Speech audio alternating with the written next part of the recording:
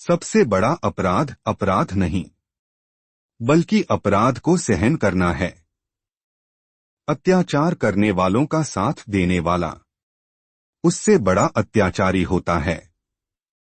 भविष्य की परिस्थितियों को वर्तमान स्थिति में रखकर विचार करना महानता का परिचय है। तुम मुझे खून दो, मैं तुम्हें आजादी दूंगा। राष्ट्रवाद से बढ़कर दूसरी कोई भक्ति नहीं है।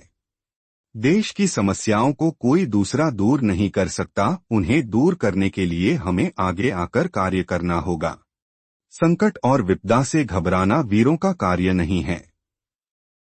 मैं ऐसी परिस्थितियों से किंचित विचलित नहीं होता।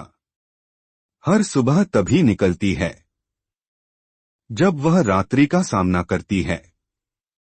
बहादुर बनकर संघर्ष जारी रखो। स्वतंत्रता बेहद निकट है। संघर्ष की राह चलकर ही आत्मविश्वास की वृद्धि होती है। देश के वीरों को आत्मविश्वास से भरा होना वीरता की निशानी है। लोगों के भीतर सुसुप्त अवस्था में पड़े राष्ट्रवाद को पुनः जागृत करना होगा। किसी भी चीज को जब हम मूल्य चुकाकर प्राप्त करते हैं तो हम उसकी रक्षा के लिए संकल्पबद्ध होते हैं।